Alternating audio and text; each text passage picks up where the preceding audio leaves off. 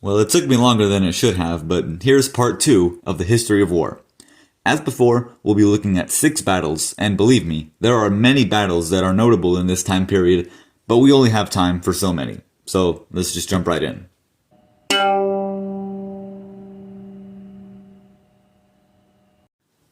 The Greco-Persian Wars between Greece and Persia came and went, and the Greek city-states continued fighting amongst themselves in the Peloponnesian War and later the Boeotian War. The aftermath of the Boeotian War, which ended in 371 BC, and the collapse of the city-state of Thebes as a regional authority meant there was a lack of any major Greek power. So now was a time for someone to fill that gap. And in 359 BC, Philip II became the king of the northern state of Macedon, and he went about completely transforming the Macedonian military, introducing many new things such as the enormous sarissa spears. And Philip secured a strong position in Greece, defeating Thrace, Illyria, Thessaly, and others. And in 352 BC, Macedon was clearly the new rising Greek power. And over the course of the next few years, Macedon would continue expanding in all directions. The Battle of Chaeronea in 338 BC marked the undisputed Macedonian hegemony over Greece. And then 2 years later, in 336 BC, Philip II was assassinated, and in comes his son, Alexander the Great. But he hasn't proved himself yet, so for now he's just Alexander III. Alexander followed in his father's footsteps, putting down rebellions within Macedonian territory before crossing into Asia in 334 BC, beginning his famous invasion of the Achaemenid Persian Empire. Alexander proved to be a genuine threat to the Achaemenid Empire with his victory at the Battle of the Granicus, and for the next 3 years Alexander saw staggering success in his campaign, having secured the entire eastern Mediterranean coast by 332 BC, and in the following year Alexander entered Mesopotamia. Now the king of the Achaemenid Empire, Darius III, expected Alexander to head straight to Babylon along the Euphrates River, and had the area plundered. So he was caught by surprise when Alexander instead chose to use a northern route along the Tigris River. So Darius then opted to guide Alexander towards a battlefield which was prepared in advance. The area was flat and clear, perfectly suitable for the Achaemenid Persians to use their chariots, as well as a comfortable deployment of the large Persian army. So when Alexander finally approached, he adjusted his deployment, curving his flanks backwards to prepare for a possible encirclement. The battle began with the Persian cavalry attacking Alexander's right flank. Now this attack yielded no favorable result, so the rest of the Persian cavalry and chariots began their attack as well. Then the Macedonian center opened up its lines, allowing the chariots to pass through, but this was, in fact, a trap. And the Macedonian center quickly took them out with a rain of javelins and close combat. The main trouble for the Macedonians was on the left flank, where the Persian cavalry was dealing some heavy damage. Now with the Persian cavalry and infantry advancing to engage Alexander's center, the Persians' own center was exposed, meaning Darius himself was exposed. And this was exactly the opportunity that Alexander was waiting for. He left the right flank and charged at the Persian center, prompting Darius to retreat. Alexander could have pursued Darius, but doing so would risk his left flank being destroyed by the Persian cavalry, so he turned back and relieved the struggling flank. The loss at Gaugamela was a crushing blow for the Achaemenid Empire. The last major Persian resistance was defeated at the Persian Gate in 330 BC, and Darius, having escaped with what remained of his army, never gave up hope. He even made plans to raise another army to challenge Alexander, but one of his generals, Bessus, assassinated Darius. And such an act was pretty disappointing for Alexander, who decided to give Darius an honorable burial. With the death of Darius, the Achaemenid Empire, which had lasted for over 200 years, was now basically over. But Alexander never stopped. He continued all the way to India before his soldiers were like, "Bro, why? Just let us go home." So on his way back, he stopped in Babylon in 323 BC for some drinks, and then he died. He may have been poisoned, or maybe it was just too much alcohol in one day, but I don't know. The fact is he died, and also he had no suitable heir at the time, so no one really expected it, and some people didn't even believe it. But his generals, known as the Diadochi, carved up his empire and fought for control of their regions. Seleucus controlled much of the east, Ptolemy controlled Egypt, and others controlled Thrace and western Anatolia. And Macedonia would continue to maintain a decent amount of power in Greece, And also, as a side bonus, Greek culture is everywhere now. So that's neat.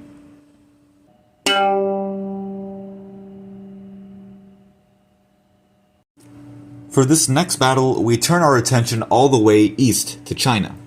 Following the decline in power of the Zhou dynasty, China was beginning to destabilize as various politicians competed for regional authority. The situation reached its greatest intensity during the 5th century BC, beginning the Warring States period. As the name suggests, this period involved a lot of states and a lot of wars. So fast forward to the 3rd century BC, and the fighting continues.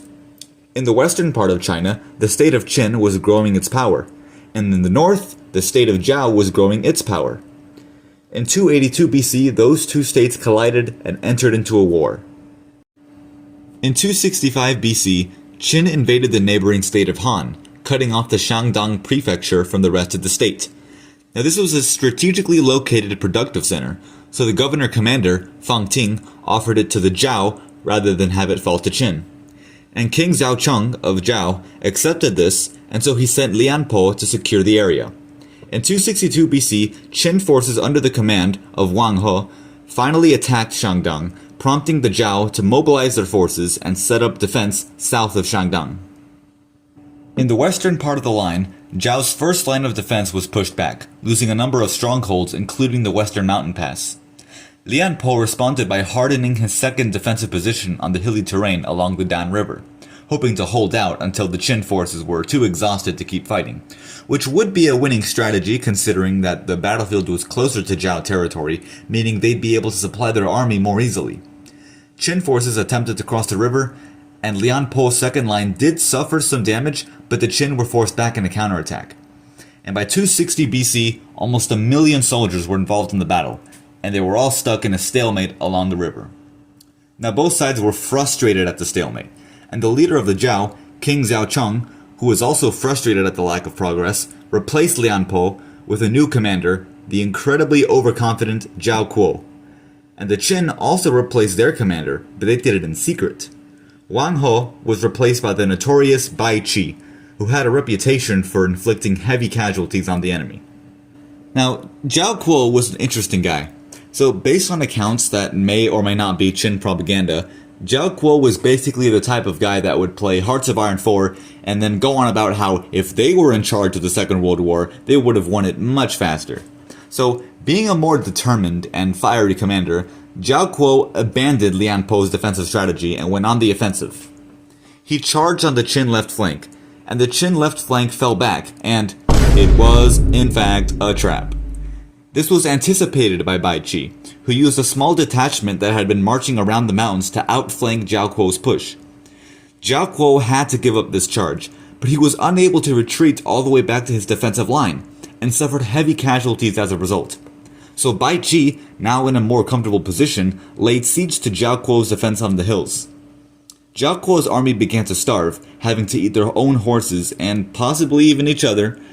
The Zhao tried desperately to fight their way out of the situation, and in a failed counterattack, Zhao Kuo was killed in battle, and casualties continued to pile up. With the death of Zhao Kuo, the rest of the Zhao army had no choice but to surrender. The Qin ultimately lost around 250,000 soldiers in the battle. And if you think that's bad, wait till you hear this next part. The Zhao army numbered 450,000 in total, and when they surrendered, many of them had died in battle, but a large chunk of them were still alive as prisoners. So Bai Qi wanted to keep pushing onwards after this victory, but taking care of so many prisoners would slow them down. So his solution was simple. Execute everyone. Okay, so not everyone. A couple hundred would be spared so that they could spread the news of the defeat. And with that, pretty much the entire 450,000 man Zhao army was completely exterminated. So combining the two armies' losses, this gives us a total death toll of approximately 700,000. The Qin would see some defeat in the future, but Zhao never recovered from this loss. And decades later, in 221 BC, the Qin would be the ones to unify China, with Qin Shi Huang as the first emperor of the dynasty.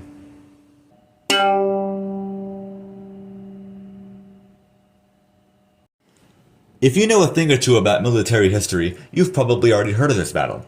So while the Eastern Mediterranean was having fun with their Hellenism or whatever, Two major powers in the western Mediterranean had been fighting for supremacy: the established trading empire of Carthage and the ambitious Roman Republic. The conflict between the two major powers began in 264 BC, when the First Punic War broke out. This war saw a lot of naval combat. Because Carthage had a huge technological head start over the Romans in naval combat, Rome had to adapt quickly, and so they built up navies from scratch and built off the design of the Carthaginian quinquiremes, adding a corvus which would create a bridge that allowed Roman soldiers to board Carthaginian ships. The Treaty of Lutatius was signed in 241 BC and ended the First Punic War. It was very heavily in Rome's favor, with Carthage being forced to pay massive reparations and also had to give up ownership of the island of Sicily. So during the First Punic War, Carthage had employed vast numbers of mercenary soldiers to fight for them, but now that Carthage had to pay reparations, they were unable to compensate those mercenaries, which led to the mercenaries rebelling against Carthage. And in the midst of this, Rome chose to take over the islands of Corsica and Sardinia from Carthage. In 237 BC, Carthaginian general Hamilcar Barca colonized the Iberian Peninsula for more resources to pay off their reparations, and also because they had lost Sardinia to the Romans, which was an important source of grain. Hamilcar died in 229 BC, and was replaced by his son Hasdrubal the Fair, who improved the Carthaginian military in preparation for another possible war with Rome. In 221 BC, Hasdrubal died and was replaced by his brother, the soon-to-be legendary Hannibal. Hannibal, in violation of an agreement made with the Romans, expanded north from Spain and besieged the city of Saguntum. Rome considered this to be unacceptable, and they declared war on Carthage in 218 BC, beginning the Second Punic War. The thing about the First Punic War was that it mainly took place either in the sea or in Africa, away from the Roman heartland of the Italian peninsula. Hannibal came to the conclusion that the only way to defeat Rome was to strike that heartland directly, so from Spain, Hannibal began his invasion of Italy. To do so, he famously crossed the Alps with his army, which included war elephants. Elephants crossing a mountain range. Imagine that. This crossing was costly, and they did encounter plenty of Roman resistance on the way, but now Hannibal and the Carthaginian army had made it into Italy. Hannibal basically mopped the floor with Rome throughout most of his time in Italy, and Rome suffered a series of catastrophic losses. The most devastating loss took place in 216 BC. Two Roman consuls, Lucius Aemilius Paulus and Gaius Terentius Varro, raised a massive army of 86,000 soldiers. They marched south to Cannae, where Hannibal was. They were determined to defeat Hannibal with their superior numbers, since Hannibal's force numbered around 50,000. The deployment of the soldiers would prove to be a huge help to Carthage. The Aufidus River was on the Romans' right, restricting the mobility of the large Roman force. The battle began with a successful Carthaginian cavalry charge on the Roman right flank, killing one of the Roman consuls. And as the two main lines approached each other, the Carthaginian line drifted into a crescent shape curving away from the Romans. The strong Roman center easily pushed back the weak Carthaginian center, while the flanks remained in place. Meanwhile, the Carthaginian cavalry dealt with the remaining Roman cavalry. The Roman center continued to push forward and this was, in fact, a trap. The Carthaginians charged inward, and then the cavalry came in and hit the Romans from behind, and just like that, the Romans were closed in from all sides. What happened after this could only be described as a massacre. The Romans fell one by one with no possible escape. Roman losses are estimated to be up to 70,000, and the Carthaginians only lost up to 8,000. It was a near-perfect textbook example of annihilating a larger enemy force. The loss of so many soldiers during the war was driving everyone insane within the walls of Rome, but still they refused to surrender. And despite low morale, Rome continued to raise new legions to resist the Carthaginians. Here's the thing though. Although Hannibal enjoyed unbelievable success, his position was not actually strong enough to successfully launch a direct attack on the city of Rome itself. And Hannibal instead hoped he could demoralize Rome to such an extent that they'd ask for peace. But in the end, Rome decided to withstand the pain. In 206 BC, the Romans had decisively defeated Carthage over in Iberia. And in 204 BC, Roman general Scipio Africanus reached the shores of Africa. Things were turning sour for Carthage on other fronts, so in 203 BC, Rome and Carthage began discussing peace. But when Hannibal retreated from Italy and arrived in Africa to defend the Carthaginian mainland, Carthage was like, hey, screw peace, we've got Hannibal. So Carthage abandoned the peace deal, and this led to Scipio and Hannibal facing each other head-on at the Battle of Zama in 202 BC. The Numidians gave Rome crucial support in this battle, and Hannibal was soundly defeated. Carthage had no choice but to accept yet another humiliating peace deal. Decades later, in 149 BC, Rome and Carthage entered into the Third Punic War, which was a complete disaster for Carthage, and Rome ended up conquering Carthage altogether, becoming the undisputed power in the Mediterranean.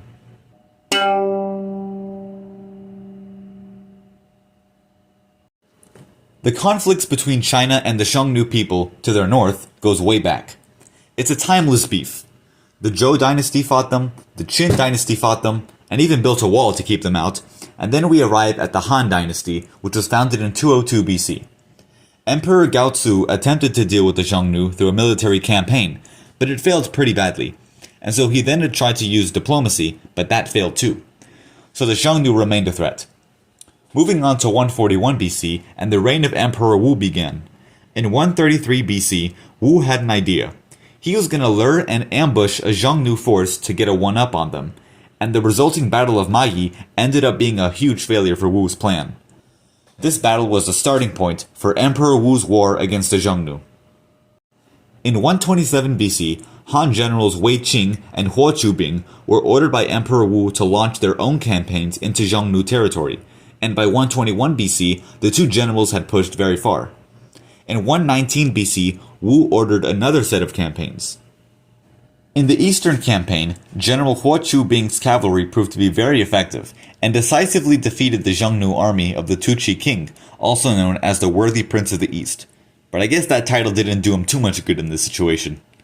Huo Qubing continued further and dealt even greater damage to the Xiongnu.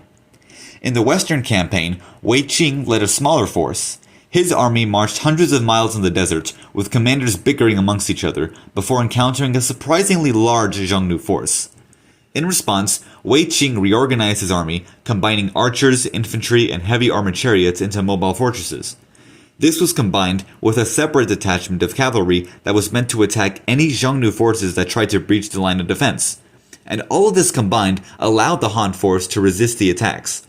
Intense offense from the Xiongnu and strong defense from the Han, well, that is a perfect recipe for a lengthy stalemate. But remember, we are in the desert, the Gobi Desert. So during this stalemate, a sandstorm blew into the battlefield, and this sandstorm made it very difficult to see anything. So Wei Qing took advantage of this fact and quickly moved his troops around, encircling the Xiongnu flanks. Confusion and panic spread among the Xiongnu, because from their perspective, they were basically being attacked from the darkness, from nothing, and they had no choice but to retreat. These campaigns were a great victory for the Han dynasty, but keep in mind they've been fighting the Xiongnu for a long time. The Han's resources were severely reduced, but at the very least, the Xiongnu had been decisively defeated, and they would never be as powerful again, and China would no longer be seriously threatened by them. And long after this conflict, like over 100 years later, the Xiongnu went through an internal conflict, and the Han dynasty was able to spread their influence. So yeah, no longer a major threat. Well, no longer a major threat to the Chinese. We'll have to see what happens later on in history.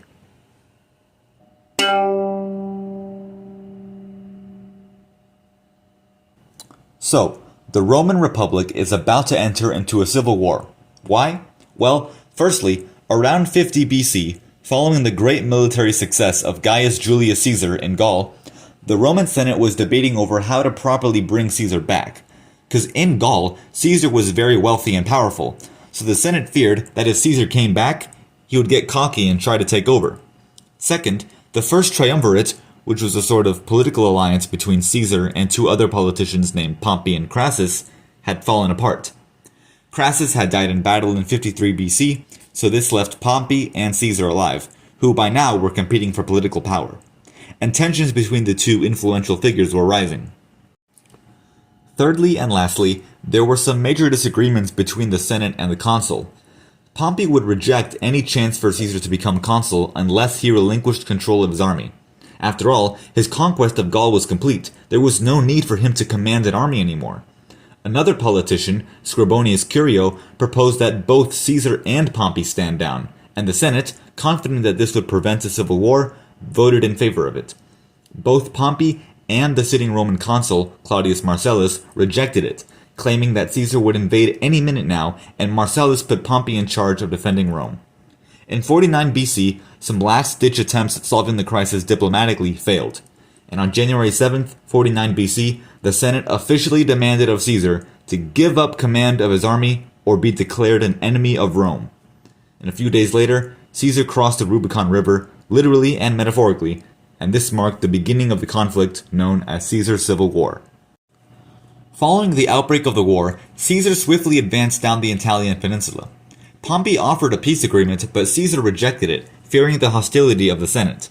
The politicians in Rome either evacuated or stayed behind to support Caesar, who by the end of March had taken control of Italy. Pompey managed to escape to Greece, where he would prepare a resistance, but for now, Caesar was free to turn west towards Iberia.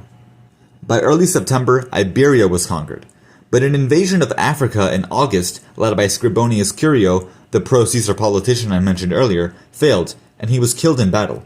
In January of the following year, Caesar entered Greece after some initial difficulty sailing across the Adriatic Sea. The campaign was initially unsuccessful, and Pompey actually defeated Caesar at the Battle of Dyrrhachium. Hoping to continue the momentum, Pompey, now reinforced by soldiers of Scipio Nasica, pursued Caesar with the goal of dealing a decisive blow to his army. In early August, Caesar met Pompey on the plains near the city of Pharsalus, next to the Epeneus River. With a numerical advantage and a recent victory, Pompey was sure that he was going to win this battle as well. Caesar made the first move, but Pompey's troops held their position. And as Caesar's troops got closer, they stopped. They took a breather, tied their shoes, wiped off the sweat. The two armies were kind of far apart from each other. And they weren't going to waste all their energy just getting into fighting position. So they continued marching at a steady pace after this, and only began to charge when they were really close. And once the infantry had entered into melee combat, Pompey ordered his cavalry to charge at Caesar's cavalry. Now, Pompey's cavalry force was larger and was able to gain some ground, but this was, in fact, a trap. As Caesar's cavalry retreated, a large force of spearmen revealed themselves, and they forced Pompey's cavalry into retreat. With a partial encirclement on the right flank, Caesar sent the rest of his army towards the main battle line. At this time, Pompey's right flank began to fall apart, which was bad news bears, because that was exactly where Pompey himself was located.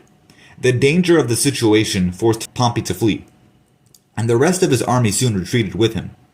Caesar's forces pursued, storming their camp and capturing the remaining stragglers. Pompey's forces suffered heavy losses, whereas Caesar only lost under 2,000, and those casualties were soon recovered. Following the defeat, Pompey fled to Egypt, allowing Caesar to capture the rest of Greece. And Caesar continued to chase after Pompey, making his way through Turkey, the Levant, and then reached Alexandria on October 2nd, 48 BC. And when he arrived, Caesar learned that Pompey had already been assassinated by Achillas and Lucius Septimius on the orders of the Egyptian pharaoh Ptolemy XIII, who had been ruling Egypt alongside Cleopatra VII, the famous Cleopatra. It was here that Caesar became more involved with the power struggle going on in Egypt. Cleopatra succeeded in gaining the favor of Caesar, much to the dismay of Ptolemy XIII, who wished to depose her and gain full control of Egypt. Now, during Caesar's stay in Egypt, forces led by Ptolemy XIII besieged Caesar and Alexandria.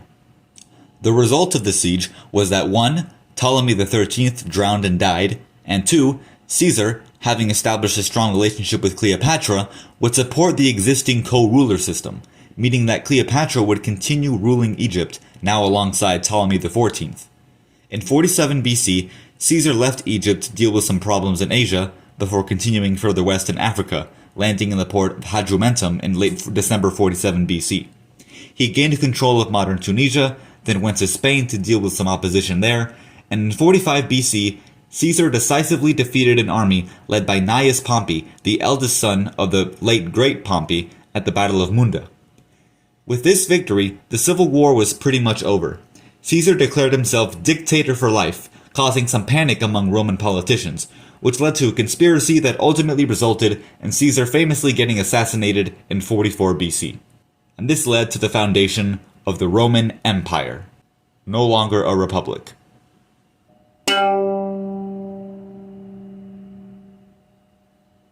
Breaking news! The Roman Empire has successfully conquered the entire Mediterranean and is now competing for control of the Middle East with the Parthian Empire. But for now, we look at Judea. The region of Judea had enjoyed a decent level of semi-independence from Rome before officially becoming part of their empire in 6 AD. Hey, look at that, we're in the Common Era now. This prompted Quirinius, the Roman governor of Syria, to take a controversial census of Judea, and in response, Judas of Galilee encouraged the population not to register, sparking some tension between Rome and Judea. And tensions between the Jews and the Romans would step up in intensity in the year 38, when Roman Emperor Caligula sent an influential Jewish figure to Alexandria. The Greeks living in Alexandria became very annoyed at his presence, so Aulus Avilius Flaccus, Roman governor of Egypt, tried to keep the stability and had statues of Emperor Caligula built inside the synagogues. And now this ended up angering the Jews in Alexandria, who resisted, leading to a period of rioting and violence towards the Jewish population in Alexandria. A Jewish uprising in the year 46 was put down, and 2 decades later, in the year 66, revolutionary fervor reached a boiling point after the procurator of Judea, Gessius Florus, continued to anger the Jews in the province when he desecrated the Temple of Jerusalem. Anti-Roman riots erupted in Jerusalem, and Florus used military force to subdue the city leaders. And at this point, the province of Judea was in a state of rebellion. And during his attempt to stop the revolt, Legate Cestius Gallus met Jewish rebels at the Battle of Beth Horon. And the Jewish victory over the Romans there sent waves across the province. It was clear to Rome that greater action was needed, so sitting Emperor Nero put the experienced general Vespasian in charge of defeating the rebellion. Vespasian arrived north of Judea in 67, and his son Titus, who also took part in the campaign, landed in Alexandria. Vespasian made good progress, hacking away at the revolt in the north and then holding his position at Caesarea Maritima until 68. It was around this time that a group of Jews called the Zealots became more and more radical, laying siege to the Temple of Jerusalem and killing the leaders of the Judean provisional government. Their main goal was to incite as much resistance as possible to expel the Romans. And while this was happening, Vespasian continued to make his way through Judea, taking cities one after another. Eventually, the next city to stand in Vespasian's way was the key holy city of Jerusalem. But before that, a quick question. Who's the current emperor of Rome? Well, I mean, it's Nero, of course. Oh, sorry, I meant Galba. Wait, no, actually, it's Otho.